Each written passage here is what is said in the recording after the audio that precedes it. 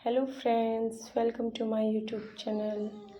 आज हम बताएंगे कि सावन में शिवलिंग की पूजा विधि के बारे में। धार्मिक मान्यता है कि शिवलिंग की पूजा हमेशा विधि विधान से की जानी चाहिए। इससे आपके जीवन में खुशहाली बनी रहती है। शिवलिंग की पूजा के लिए आपका तन और मन दोनों ही पवित्र होने चाहिए। सावन में शिवलिंग की पूजा करने की विधि नीचे बताई गई है। सावन में शिवलिंग का पूजा करने के लिए सबसे पहले शिवलिंग का अभिषेक करें। इसके लिए दूध, दही, शहद और गंगा जल से शिवलिंग को स्नान कराएं। जब भी शिवलिंग का अभिषेक करें, उन्हें जल से भी स्नान कराना चाहिए। शिवलिंग का स्नान कराने के लिए तांबे के लोटे में जल भरकर जलहरी पर चढ़ाएं। सबसे पहले शिवलिंग के चारों तरफ बनी जलहरी के जल दाहिने तरफ से जल चढ़ाए। मान्यता के अनुसार यह स्थान गणपति बापा का माना जाता है और हमेशा जलाभिषेक इसी स्थान से शुरू करना चाहिए। जलहरी के बाद इसके बाईं ओर जल चढ़ाए, जहां कार्तिकेय का निवास माना गया है। इसके बाद आप शिवलिंग के बीच में जल चढ़ा सकते हैं। अगर आप शिवलिंग की पूजा घर में कर रहे हैं तो ध्यान रखें कि हमेशा जलाभिषेक बैठकर ही करें।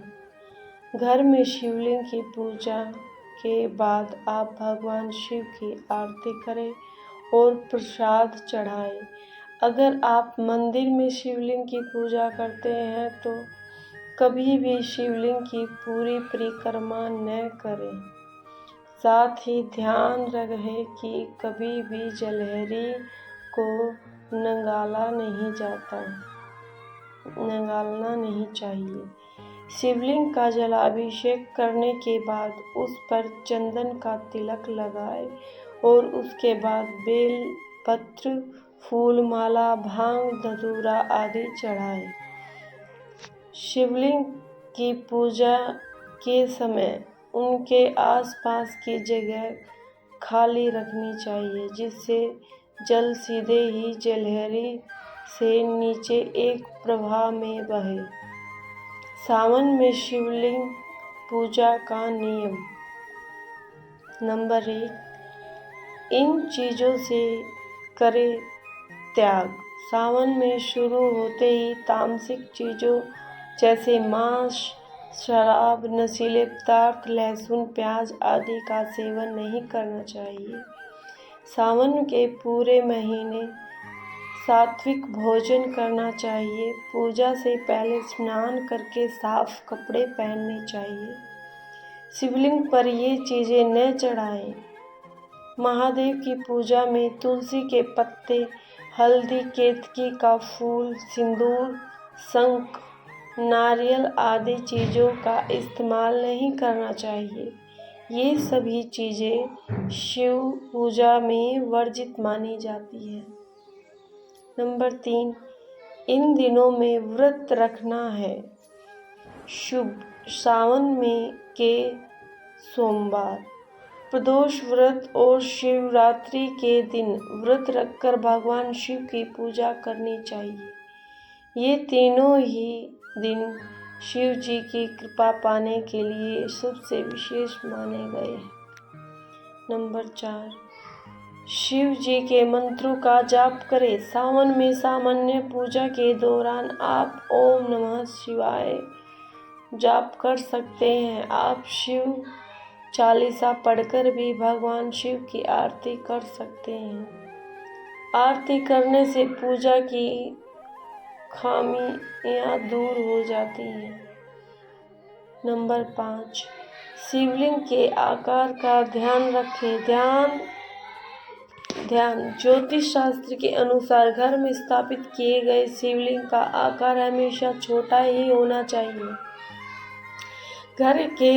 घर में अंगूठे के आकार का शिवलिंग स्थापित करना चाहिए सबसे उत्तम है। इसके अलावा शिवलिंग अकेले नहीं रखना चाहिए, इसके साथ में नंदी या शिव परिवार का फोटो जरूर रखें। जलाधारा युक्त शिवलिंग।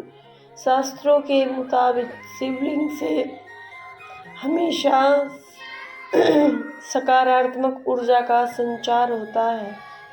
उस ऊर्जा के प्रभाव से संतुलित करने के लिए ही शिवलिंग पर जल चढ़ाया जाता है। शिवलिंग की ऊर्जा को शांत रखने के लिए जलाधारी होनी जरूरी है।